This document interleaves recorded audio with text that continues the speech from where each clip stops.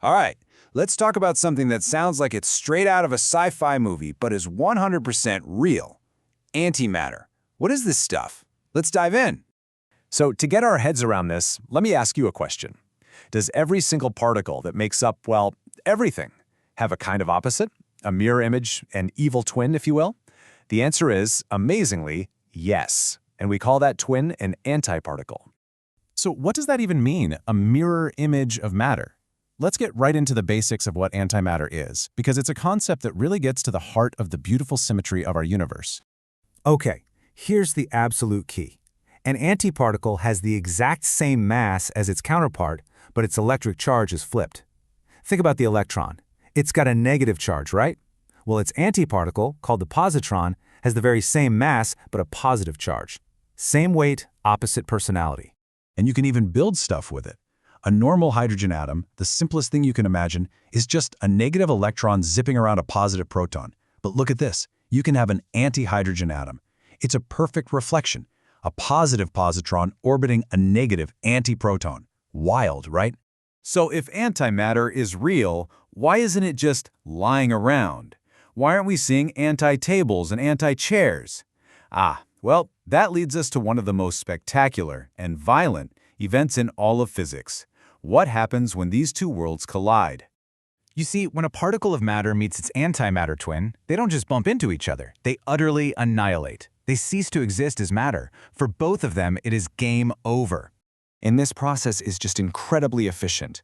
A particle meets its antiparticle, they collide, and poof, they're gone.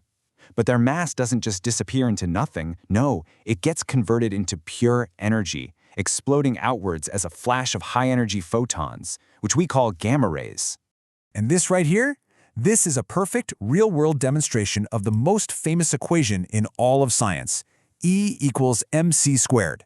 The mass, the m, of that electron and positron gets converted directly into the energy, the E of those two photons.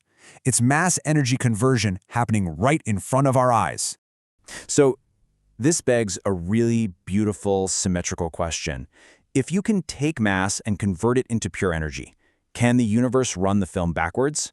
Can you take pure energy and create mass, seemingly out of thin air? And the answer to that is a huge yes. The universe absolutely can do the reverse, through a process that's honestly just as mind-blowing as annihilation. It's called pair production. Pair production is literally the mirror image of annihilation. You take a single photon of light, and it has to be a really energetic one, and it can just transform. In its place, you get both a particle and its antiparticle twin. Energy literally becomes mass. You see the incredible balance in the universe here, right? Annihilation turns matter into energy. Pair production, the reverse reaction, turns energy right back into matter. And notice, it always creates them as a pair. You can't get one without the other. And I really need to stress this.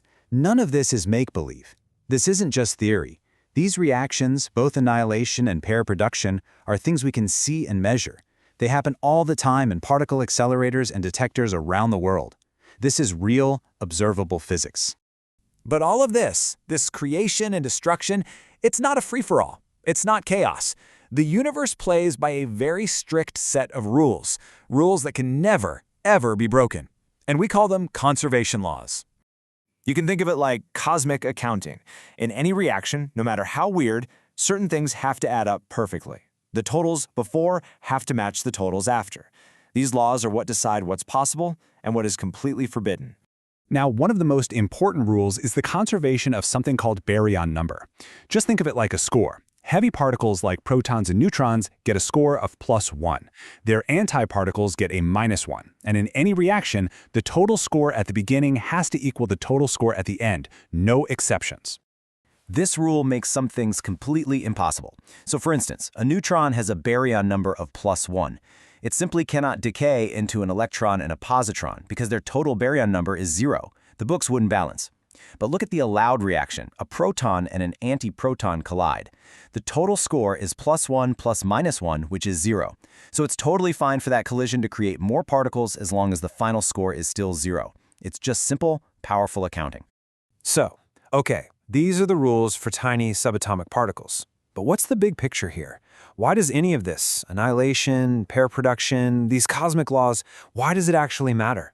While the implications are absolutely enormous, these microscopic rules are fundamental to understanding everything from medical technology, like PET scans that literally use positron annihilation, to the giant experiments at places like CERN, and even the most powerful and bizarre objects out there in the cosmos. And hey, don't just take my word for it. Look at this quote from NASA. It says that pair production, energy-creating matter, is crucial for understanding pulsars. These are these super-dense, spinning dead stars that shoot out beams of gamma rays like a lighthouse. We're talking about tiny particle physics explaining these massive cosmic beacons. It's incredible. And that brings us to the final and maybe the biggest question of all. Our best theories tell us that the Big Bang should have created matter and antimatter in perfect equal amounts.